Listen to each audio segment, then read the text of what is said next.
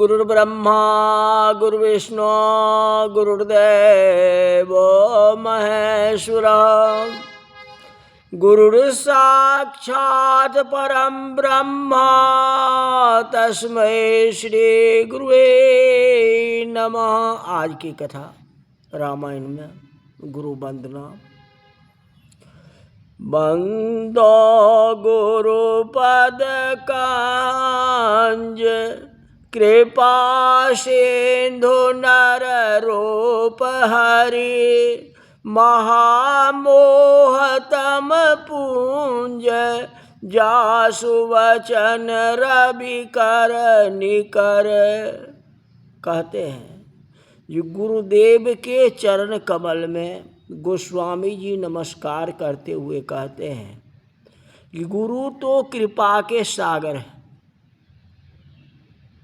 वह मानव की आकृति में भागवत स्वरूप है।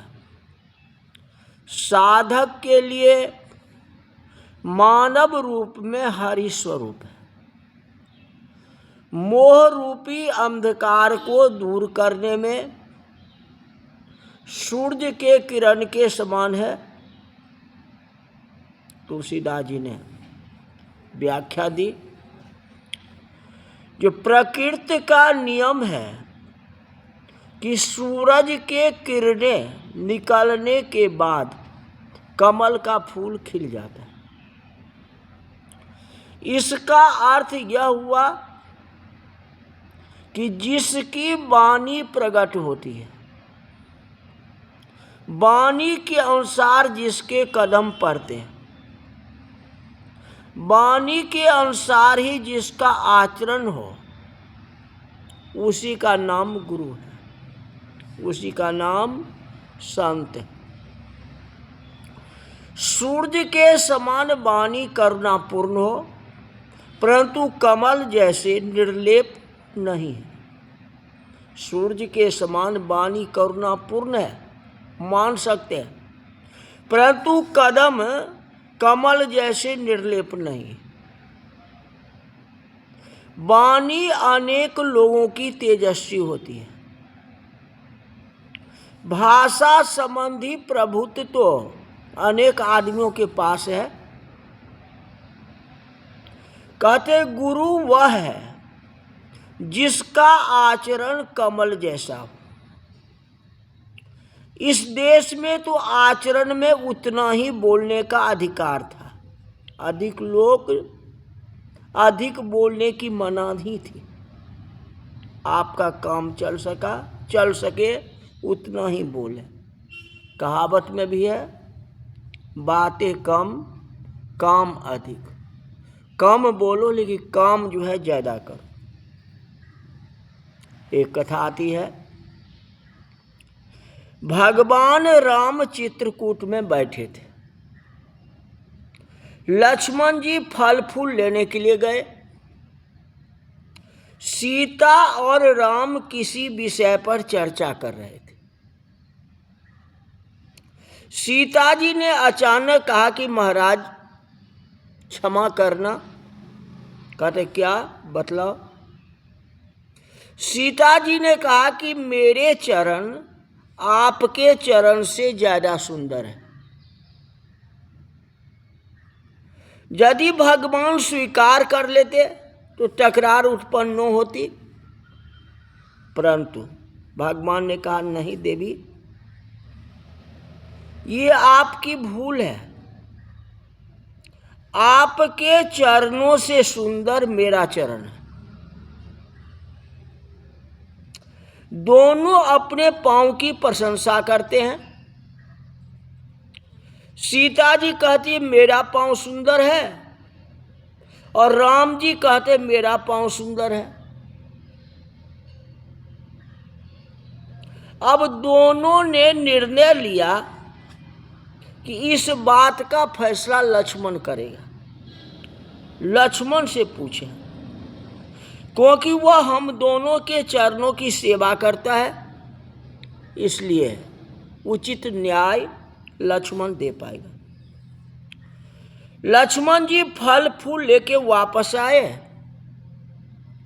राम ने कहा कि लखन एक टकरार है तो न्याय करो। लक्ष्मण ने कहा कि बोलो क्या कहते हो। राम ने कहा कि सीता कहती है कि मेरे पैर सुंदर हैं, मेरे चरण सुंदर हैं। अब मैं कहता हूं मेरा पैर सुंदर है। अब तू दोनों के चरणों की पूजा करता है ना, इसलिए बता किसका पांव सुंदर है। लक्ष्मण ने कहा महाराज इस संकट में मुझे मत डालो, आप दोनों खुद ही समझ लो। राम बोले नहीं लखन, तू बता, तू बैरागी है, तू त्यागी है, तू संत है, तेरी बात जो है न्यायपूर्ण होगा, उसको हम स्वीकार करेंगे। निर्भय होके कहो ये किसके पांव सुंदर हैं। राम सीता बैठे थे, लक्ष्मण जी धर्म संकट में पड़ गए। अब किसका पक्ष लें? राम का ले तो सीता दुखी होगी, और सीता के ले तो राम दुखी होंगे। उन्होंने कहा कि भगवान माता जी दाएं तरफ राम है, माता जी के दाएं तरफ राम है, अब बाईं तरफ सीता बैठी। तो राम के चरण दिखा के लक्ष्मण जी ने कहा ये माता जी इस चरण से सुंदर ये चरण है। माने राम इशारा करके कहते हैं कि राम जी के चरण से सुंदर आपकी चरण है। अब सीता जी खुश हो गई।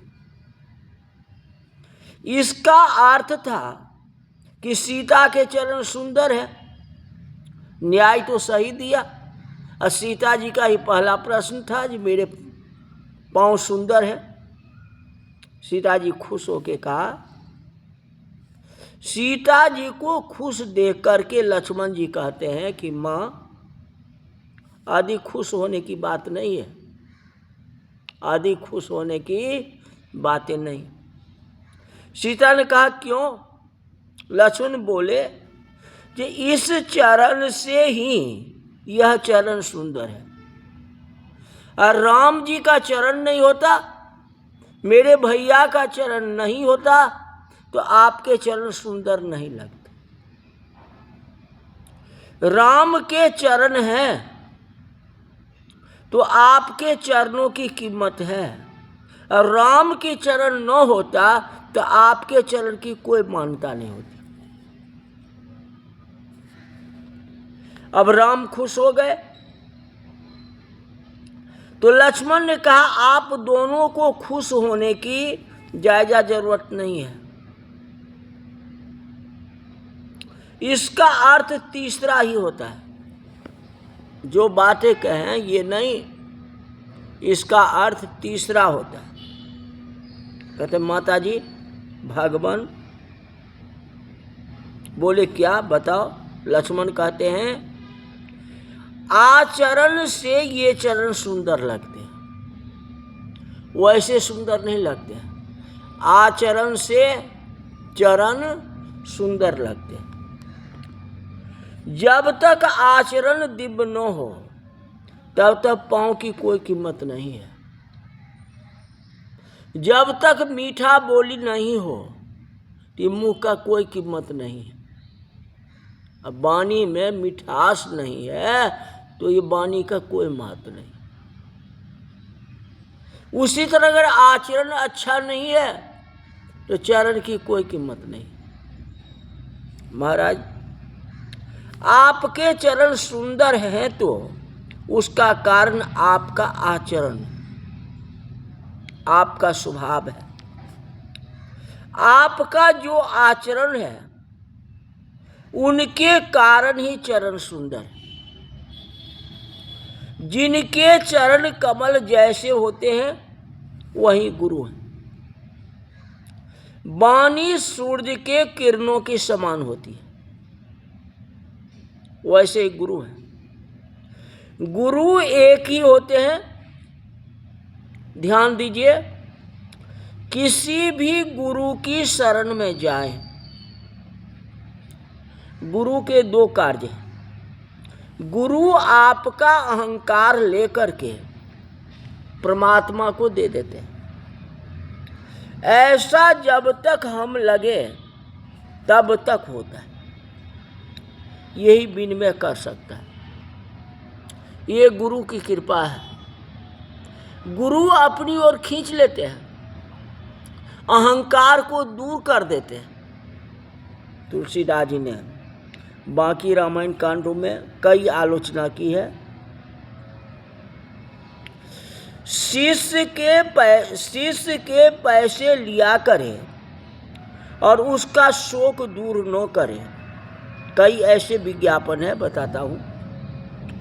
आपको गुरु की नहीं, सतगुरु कहने की जरूरत है। आपको गुरु कहने को नहीं, सतगुरु कहने का जरूरत है। वैसे शंका दूर करने के लिए ध्यान देना। गुरु का कार्य विनिमय है। अहंकार को परमात्मा को समर्पित कर देना। किसी में दुर्गुण है, वो दुर्गुण को समाप्त कर देना। श्री रामचरितमानस की पहली चौपाई में गुरु वंदना होती है। गुरु को प्रणाम किए बिना किसी कार्य को हम नहीं कर सकते। गुरु के बिना कोई चारा नहीं है। रामायण में लिखा, गुरु बिनु भाव निधि तरहि न कोई। थोड़ा समय ऐसा आ गया है कि गुरु की जरूरत नहीं पड़ती है।